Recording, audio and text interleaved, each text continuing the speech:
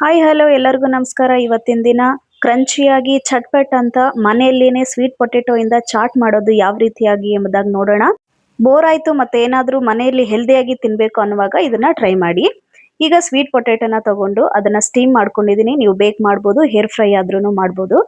ಮಾಡ್ಕೊಂಡ ನಂತರ ಇದನ್ನ ಸ್ಲೈಸ್ ಆಗಿ ಕಟ್ ಮಾಡ್ಕೊಳ್ಳಿ. ರೌಂಡ್ ಆಗಾದ್ರೂ ಕಟ್ ಮಾಡ್ಬೋದು ಅಥವಾ ಮಧ್ಯಕ್ಕಾದ್ರೂ ಕಟ್ ಮಾಡಿ ಈ ರೀತಿಯಾಗಿ ಹಾಫ್ ಹಾಫ್ ಆದ್ರೂ ಮಾಡ್ಕೊಳ್ಬೋದು.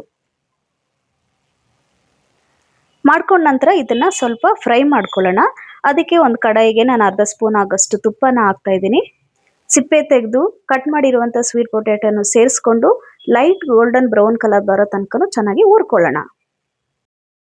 ಹುರಿದಿರುವಂಥ ಸ್ವೀಟ್ ಪೊಟೆಟೊ ಅಂದರೆ ಗೆಣಸನ್ನ ಒಂದು ಬೌಲ್ ತಗೊಂಡು ಅದಕ್ಕೆ ಟ್ರಾನ್ಸ್ಫರ್ ಮಾಡಿಕೊಂಡು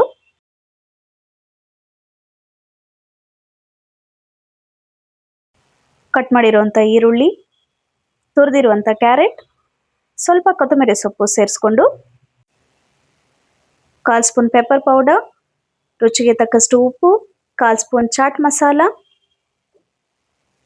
ಅರ್ಧ ಗೋಳಾಗಷ್ಟು ನಿಂಬೆಹಣ್ಣಿನ ರಸನೂ ಕೂಡ ಸೇರಿಸ್ಕೊಂಡು ಚೆನ್ನಾಗಿ ಮಿಕ್ಸ್ ಮಾಡ್ಕೊಳ್ಳಿ.